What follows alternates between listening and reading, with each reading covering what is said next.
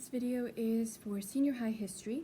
This is going to be our last video for the highlights because we're going to finish them up today. So we're looking at all of the highlights from pages 454 to 463. So on page 455 is where we'll find our first highlight.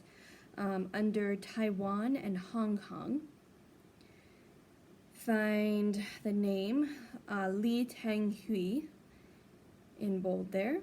Highlight Li Tenghui became the first democratically elected leader in Chinese history. And he was elected as the new president of Taiwan. Now, the communist Chinese would probably not agree with this. They view Taiwan as a renegade province, and they really want to absorb Taiwan and take it back over. But Taiwan is very successful. They have very few natural resources, but through ingenuity, through manufacturing, trade, they've built up really an incredible modern industrial economy. They do very well. Following down towards the bottom of that second column, find Hong Kong in bold. Highlight Hong Kong. And then you're going to want to know a few things for this. It's not really any one thing to highlight, but what you're going to want to know is that there was a transfer from the British to the communist Chinese. So find those words transfer and communist Chinese. And of course, Hong Kong has been in the news a lot the last several months. China has been trying to undo a lot of Hong Kong's freedoms and bring them more underneath communist control. And of course, the people of Hong Kong, having lived in freedom for so long, they are very much opposed to that. Right, no highlights on pages 456 or 457 or 458. I'll let you read that for yourself. I believe that was part of your reading yesterday. On page 459 now, second column, under Perils of Nature. Find Katrina in bold.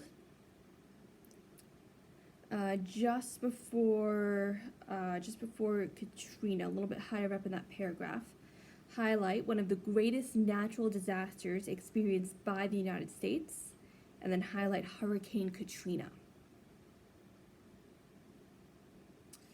2005 was a really, really bad hurricane season. I remember a lot of it. And there were 27 named storms, which is really unusual. They go through the alphabet for the names of the storms. So they had to actually go through the entire alphabet and then come back around to A again. That's how many storms that were highly unusual. And Hurricane Katrina was the worst of them. Broke down levees in New Orleans, caused horrific flooding. Houses were covered. A lot of the city was completely destroyed, and well over 1,000 people were killed by that storm. So one of the greatest natural disasters experienced by the United States was Hurricane Katrina. Turning to page 460, under Science, find the bold term Advanced Research Projects Agency Network, or ARPANET, and highlight this network became known as the Internet. So you will want to know that. On the second column, find the bold term RFID, highlight Radio Frequency Identification, or RFID, and then highlight Precision Tracking Systems. This became the GPS systems that we're more familiar with today. So know that term, Radio Frequency Identification, or RFID. Under Age of Discovery, farther down that column, highlight the International Space Station, or ISS. and highlight this was the largest and most intricate global project to be undertaken to this date, the International Space Station. On page 461, under Intelligent Design, highlight the bold term Intelligent Design, or ID. Highlight, this is the belief that order in the universe is not the result of random combinations, but the design of an intelligent being. This is a study in biochemistry, and it opposes Darwinist evolution. So most of the time, it doesn't fully embrace the God of the Bible. It's more of just like, well, somewhere out there, there's an intelligent creator who set all of this in motion. Not so much that they're actually believing in God, but there's something out there that created us. At the bottom of that column, highlight the bold name, Michael Behe. Highlight, he recognized a designer was necessary for the existence of life. Keep highlighting, Behe advanced irreducible complexity. And then highlight the definition of irreducible complexity. This is the idea that some biological systems, like the eye, are irreducibly complex. That is, its components could not have evolved to perform their basic function. The eye is something that is, it's probably the most complex of any part of our bodies. If even one part of our eye was out of place, then the whole would not work. So this irreducible complexity, it's the idea that you can't reduce the idea of the complexity. It's so complex that you can't just say, oh, it just evolved. It's impossible to say that something as complex as the eye evolved. So, of course, a lot of evolutionists are extremely unhappy with this idea of irreducible complexity.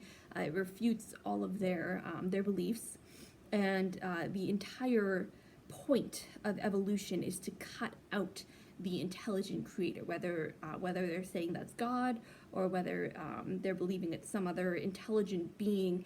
Evolutionists don't want to acknowledge the existence of any kind of creator. So it's something they fight very hard against. On the second column, find the bold term, the heading, euthanasia.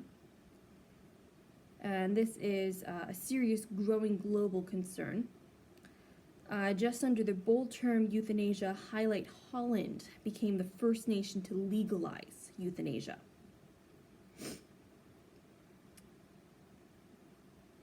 Under stem cell research, highlight bioethics. You're going to want to be familiar with that term. And then very last thing in that column, and then continuing on to page 462, highlight a highly controversial topic in the area of bioethics is stem cell research.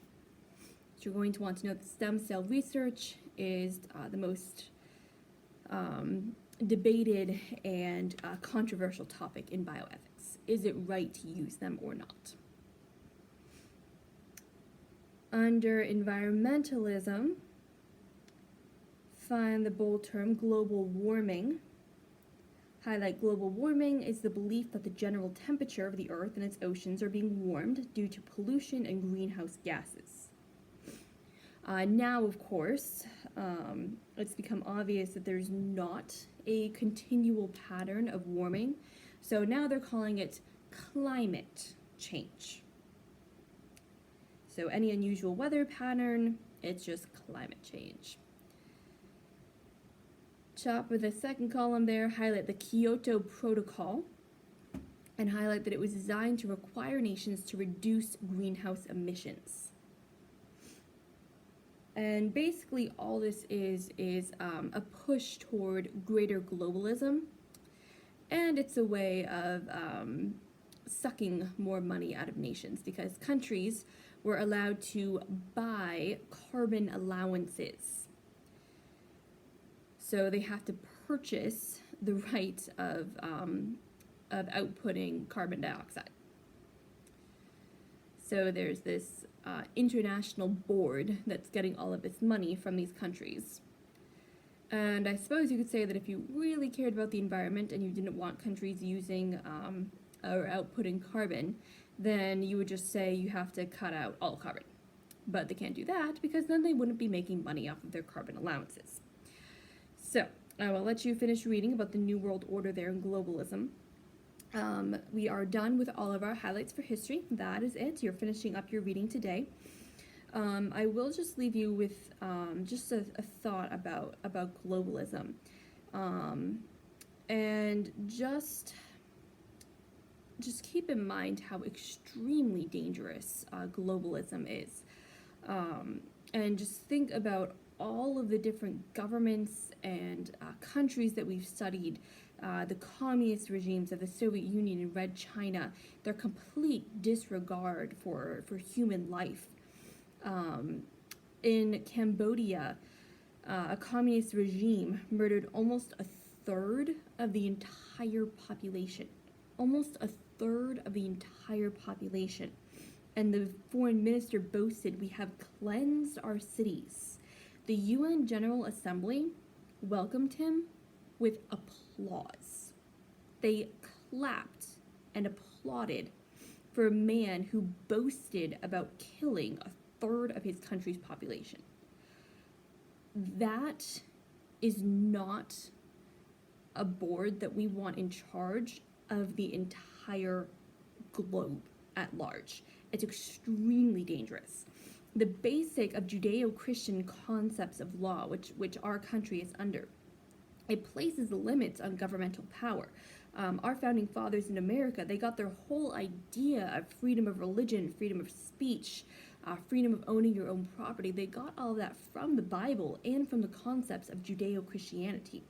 The UN Charter laid the foundation for a one-world government with completely unlimited power, and that is what they want to take. Of course, in the end, we know that after the